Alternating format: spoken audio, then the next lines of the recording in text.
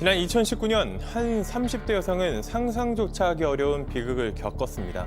일터에서 벌어진 사고로 남편이 세상을 떠났던 겁니다. 돌도 채 지나지 않은 아이를 남겨둔 채 말이죠. 슬픔에 빠진 여성은 시댁의 도움을 받아 남편 장례 절차를 마쳤는데 문제는 그 뒤에 벌어졌습니다. 장례식에 접수된 부의금 수천만 원을 시댁에서 모두 가져갔던 겁니다. 여성과는 상의도 없이 말이죠. 결국 여성은 법원을 찾았습니다.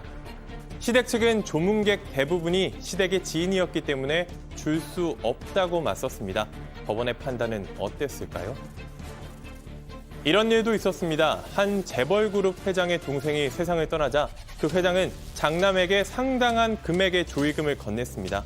그러자 형제들이 나에게도 달라며 소송전을 벌였는데요. 돈을 줘야 할까요? 오늘 사건 엑스파일에서는 장례식장에 들어온 부의금은 과연 누구의 소유일지 부의금을 둘러싼 논쟁을 짚어보겠습니다.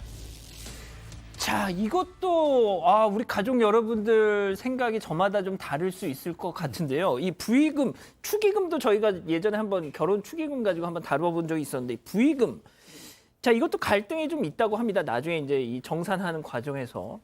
자, 정리하면 이거죠. 느닷없이 남편을 잃었습니다, 가정이. 자, 그런데 이 장례식장에 들어온 돈을 갖고 시부모와 갈등이 생겼다는 겁니다. 과연 이 돈, 남편을 잃은 아내가 가져가야 하는가, 아니면 시댁의 몫으로 오롯이 넘겨줘야 되는 것인가? 자, 우리 가족 여러분 생각도 궁금하니까 좀 댓글 남겨주십시오. 자, 이도성 기자, 이게 그럼 언제 일어난 사건이에요? 이게 2019년 가을이었는데요. 한 30대 남성이 이제 출근해서 일터로 떠난 지 몇 시간 만에 이제 사고로 세상을 떠나게 됐습니다. 참 안타까운 사고였는데 그래서 장례 절차가 진행됐고 이 30대였던 이 여성, 아내였던 이 30대 여성도 장례 절차를 함께 했습니다. 이 둘 사이에서는 돌도 지나지 않은 아주 어린 아이가 한 명 있었고요. 장례 절차를 해야 되는데 혼자 할 수가 없었기 때문에 이 시가 식구들이 나서서 도왔다라고 합니다. 시가가 해당 지역에서 지인도 많고 상당히 지역에서 상당히 유명한 여러 가지 인맥이 많은 그런 상태라서 조문객도 상당히 많고 부의금도 적지 않았습니다. 한 수천만 원 됐다라고 하는데 문제는 장례가 끝나고 그 부의금을 시가에서 가져갔습니다. 이 비용을 치르고 나머지 그 남은 돈 수천만 원도 가져갔는데 이 남편이 숨진 아내의 입장에서는 한 푼도 받을 수 없게 되니까 이 소송을 진행하기로 했고 이 며느리와 시가의 법정 다툼이 시작됐습니다.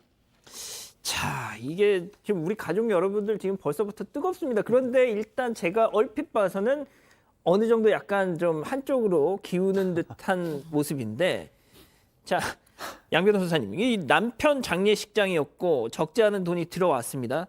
그런데 또 이 홀로 남은 아내 입장에선 아이를 또 키우면서 이제 살아야 되는 상황에서 일단 저도 딱 생각하기에는 그냥 그쪽에 줘야 되는 게 아닌가 싶은데 말이죠. 일단 이게 법에 정해졌다기보다는 법원의 판례로 어느 정도 통용되는 그런 어떤 원칙은 있습니다. 이렇게 관혼상제는 사실 개인의 어떻게 보면 일이 아니라 가족의 일이잖아요. 그렇기 때문에 돈이 이렇게 많이 들어오는 데가 대표적으로 결혼식. 예. 결혼식은 결혼을 시킨 부모, 특히 혼주가 이거를 결정을 한다라고 돼 있고요. 우리 법원의 판례에. 장례도 가족의 장례라고 한다면 그 돌아가신 망자의 가족들이 상속을 받는 걸로 일단 그렇게 법원의 원칙이 잡혀 있습니다. 근데 상속 같은 경우는 상속 순위가 정해져 있죠. 남편이 사망을 했을 때는 그 자식들과 배우자가 1순위가 되는 겁니다. 아하. 사실 배우자는 0순위예요, 항상. 배우자 0순위라 늘 우선순위를 받기 때문에 이 경우에도 특별한 사정이 없는 한, 예외는 있습니다. 예외가 있긴 합니다만 특별한 사정이 없는 한 이 아내와 아이가 있으면 아내와 아이가 가져가는 게 맞습니다. 예. 자, 그런 법이 저런데도 시댁 사람들이 그걸 다 그냥 이렇게 가져갔다면 뭔가 또 말 못할 사연이 있었던 건가요? 네, 그렇습니다. 그러니까 저도 어린아이가 있기 때문에 아이를 위해서라도 줘야 되지 않을까 생각을 했는데 또 이 얘기를 들어보니까 시가도 나빠서 그런 분들은 아니구나라는 생각이 들었어요. 왜냐하면 시댁 분들이 봤을 때는 그 들어온 금액의 대부분이 다 시댁과 연결된 분들로부터 들어온 거고 며느리 관련해서는 정말 조금이었던 거예요. 그런데다가 또 이 아들이 사망하기 전에 또 빚이 또 있었다고 합니다. 그러니까 이제 시댁 쪽에서는 그 빚도 본인들이 갚아줘야 된다. 그렇기 때문에 줄 수 없다 이렇게 얘기를 하셨다고 하네요. 하하, 이러면 또 이제 조금 얘기가 길어지겠네요. 자, 재판부 판단은 어땠습니까, 변호사님? 네, 며느리가 이겼습니다. 어, 네, 며느리가 가져가라. 며느리 혼자는 아니지만 예. 아이들과 며느리가 이제 가져간다는 건데요. 이거는 말 그대로 아까 이야기해드린 그 원칙이 상속 지분에 따라서 나눈다는 그 원칙, 이게 92년도 대법원 판결인데 여기에 따라서 결론 내린 겁니다. 다만 이거 그러면은 부의금, 조의금은 언제나 이렇게 상속되는 건가? 그렇지는 않습니다. 특별한 사정이 있으면 이게 다른 결론이 나올 수 있어요. 하지만 또 언제나 중요하죠. 그럼 특별한 사정이 뭐냐? 그리고 언제 이 특별한 사정이 인정되는 거냐?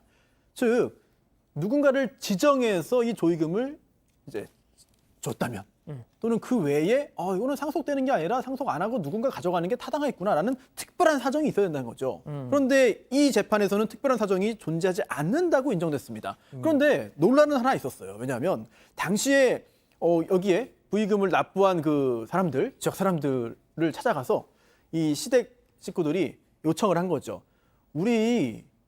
우리한테 준 거라고 확인서 써달라. 그래서 확인서를 받았습니다. 그래서 이거를 법원에 증거로 제출했어요. 그런데도 인정이 안 된 거죠. 특별한 사정이. 왜냐하면 이거 그 조의금, 부의금을 낼 때 당시에 작성한 게 아니라 뒤늦게 작성한 거기 때문에 이거 가지고는 특별한 사정이 있었다고 인정하기 어렵다. 그래서 결론적으로 며느리가 이기게 됐습니다. 양 변호사님, 근데 저는 그러니까 이제 그 접수대 있잖아요. 부의금 봉투 넣는 그 앞에서 그러면은 확약서를 또 따로 이게 어느 쪽으로 내가 주는 거다라는 걸 또 기재를 해야 한다는 거예요? 그건 아니고요. 그렇지는 않고요. 근데 이제 1차적으로는 이게 목적이 왜 그렇게 되냐면 장례 비용으로 주는 거잖아요.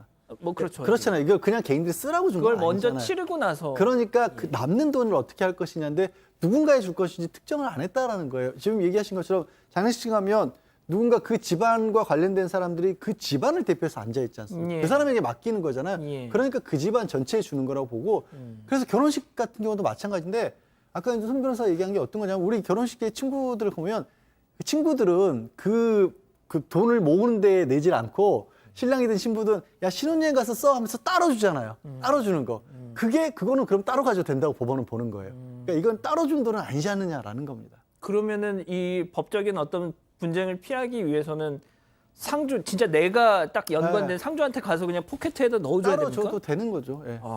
근데 그런 경우를 사실 큰 액수가 아니면 잘 그렇게는 안 하죠. 근데 이제 소장님 만약에 진짜 그렇게 해서 야 이거 너한테 준 모양새가 좀 너무 좀 그렇지 않나요 이거? 그렇죠. 게다가 뭐 이렇게 오늘처럼 이렇게 뭐 부의금 목록이다 그럼 다들 굉장히 좀 슬픈 상황이잖아요. 그래서 저는 이번 사건도 뭐 누가 꼭 나빠서가 아니라 너무 상처를 입은 마음에서 오해가 생긴 거 아닐까라는 생각이 좀 들고요.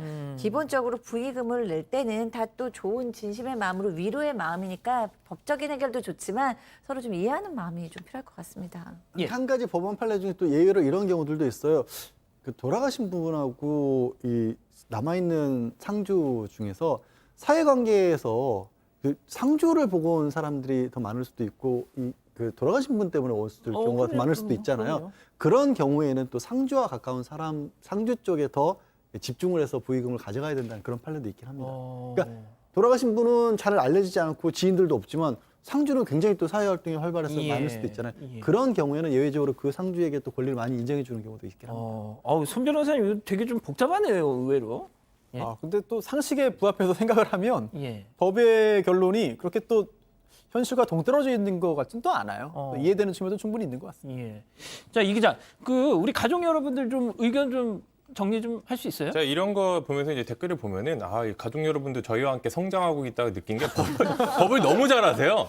법을 이제 이거 이 상속자에게 줘야 되는 거 아니야? 이런 댓글이 되게 많았거든요. 그래서 이제 뭐 사건 반장 유익한 네, 프로입니다. 마이소님은 네. 결혼했으면 부인이 가져가는 게 맞지 않냐 이렇게 딱 짚어주시기도 했고 대부분 이런 이야기를 하셨는데 레이크 누이스님께서는 그래도 시댁 지인이 와서 낸 게 많으면은 결국은 이 시부모님도 다른 거기 와준 그 사람들의 장례식장에 가면은 자기들이 돈을 낼 거 아니냐. 그래서 이런 부분도 좀 고려해야 되지 않냐 이런 의견까지 있었습니다. 지금 그 깡으로님이 계좌이체가 답이다 이런 말씀을 주셨는데, 그러니까 저도 이 축의금, 결혼식 축의금은 무슨 카백 뭐 이런 걸로 네. 이제 쫙 보냈는데, 아, 이 부의금을 그렇게 하시긴 쉽지 않죠, 좀 쉽지 예. 근데 요즘에 부의금도요 그렇게 보내면 아예 부의 봉투라고 같이 붙어서 보냅니다. 명목 자체가. 그러니까 그렇죠. 요즘 서비스 자체가 그렇게도 IT 시대에 개발돼 있습니다. 그렇게 그래서 하셨어요 그렇게? 저는 받았어요 그렇게 얼마 전에. 아, 예. 그러시구나. 아예 오는데 돈으로 그냥 액수만 내는 게 아니라 위에 그래픽으로 부의 봉투로 만들어서 오더라고요. 좁은 봉투. 아직은 저희는 신물물 받아들일 준비가 안 된 것 근데 같습니다. 양 변호사님 왜 얘기 안 하셨어요? 갑자기 또 이 얘기를 털어놓게 됐네. 나중에 말씀드릴게요. 예. 저 지금 왜 진작에 말씀을 왜 안 해주셨어요? 아이 뭐 코로나 상황이기도 하고 그래서 일부러 아, 얘기를 안 해서 주변에 거의 안 알렸습니다. 아, 그러셨구나. 이 가족 여러분 지금 지금 처음 들어가지고 죄송합니다. 예, 지금- 괜히 얼떨결에 얘기를 해버렸네. 예, 지금 저도 좀 당황했습니다. 알겠습니다. 아무튼 뭐 지금 저희들이 정리해 드린 대로 법적으로 그렇다는 거 다시 한번 말씀을 드립니다.